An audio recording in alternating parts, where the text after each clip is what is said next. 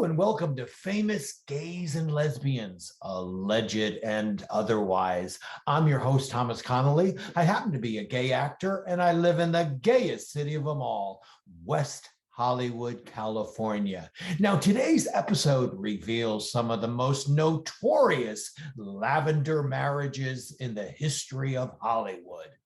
Now you might ask, what is a lavender marriage? It's a marriage where everyone wears purple. No. It's a marriage of convenience where the man is actually gay and the woman is in most cases a lesbian. Now the color lavender was once associated with homosexuality. Nowadays, it's that flashy, dazzling rainbow flag.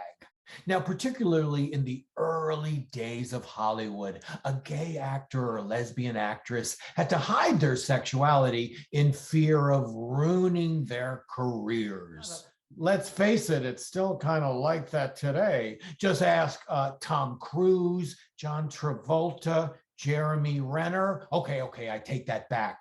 Well, one of my favorite lavender marriages was between the exotic silent film star Rudolph Valentino. Ooh, look at how handsome he was. And the outrageous costume designer Natasha Rambova. It was common knowledge that she was having a lesbian relationship with actress Alla Nazimova. Their gay and lesbian reputations freaked out the studio executives so much that in 1923, they insisted that Valentino get married to Rambova.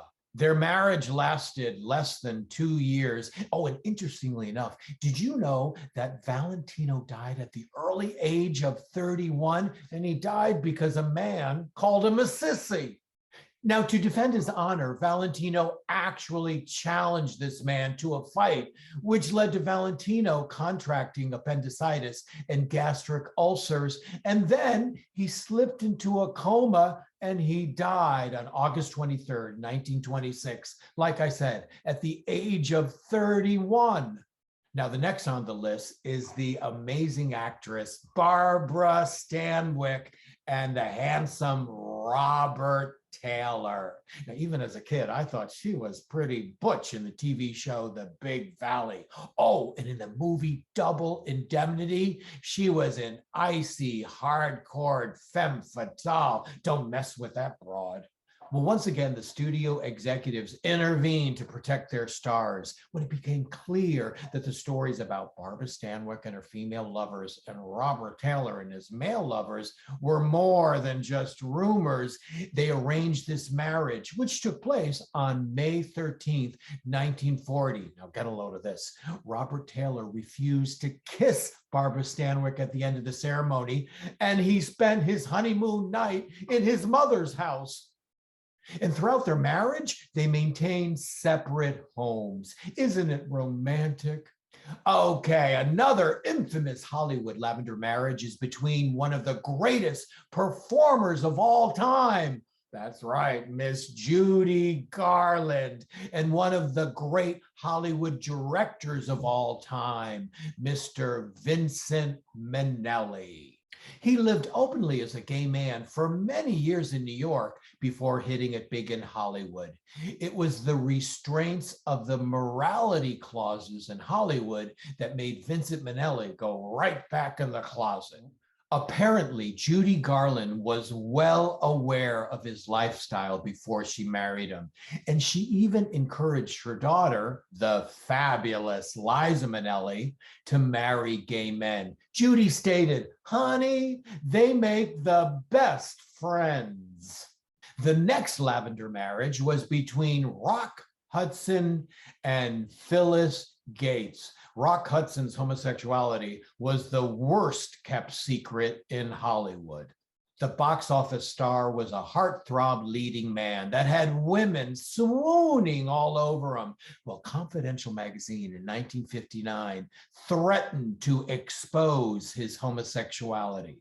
His agent, Henry Wilson, hastily arranged for Rock Hudson to marry his pretty young secretary, Phyllis Gates. It's all in a day's work, Phyllis. Their marriage lasted less than 2 years. Sadly, it took Rock Hudson dying of AIDS on October 2nd, 1985, to reveal to the world he was gay all along. Rock Hudson was such a good actor, though. I love those movies that he made with Doris Day. Oh, they were so much fun. I wish they'd make more fun movies like that today. Another very interesting Lavender marriage was between the very first Oscar-winning actress, Janet Gaynor, and the famous costume designer, Adrian Greenberg. He was known professionally as Adrian, and from all reports, he made Liberace look butch. It was rumored that Janet Gaynor's longtime girlfriend was Mary Martin, veteran of the Broadway stage and star of Peter Pan, and the mother of Larry Hagman of J.R. Ewing fame on Dallas. Now, in a 6-degree separation kind of thing, Janet Gaynor won the very first Academy Award for A Star is Born, which in another version starred the before-mentioned Judy Garland. You see, it's all connected. Now, you're probably more aware of The Star is Born starring Barbra Streisand, or the recent version of A Star is Born with Lady Gaga. And they say Hollywood doesn't make anything new anymore. Now, little trivia fact. Out of those 4 versions of A Star is Born, Judy Garland was the only one who didn't go home with an Oscar.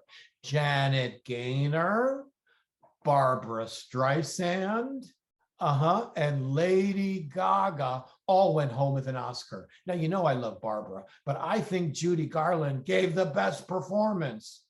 Now, I know this is kind of freaky, but in another 6-degree separation kind of thing, A Star is Born was based on the previous mentioned Barbara Stanwyck's first marriage. That's right. When Barbara Stanwyck was very young, she married a huge Broadway star, Frank Fay. And she went from being a chorus girl to the biggest movie star in Hollywood, and he became a drunk has-been. Hence, the plot line for A Star is Born. I wonder who will star in version number 5.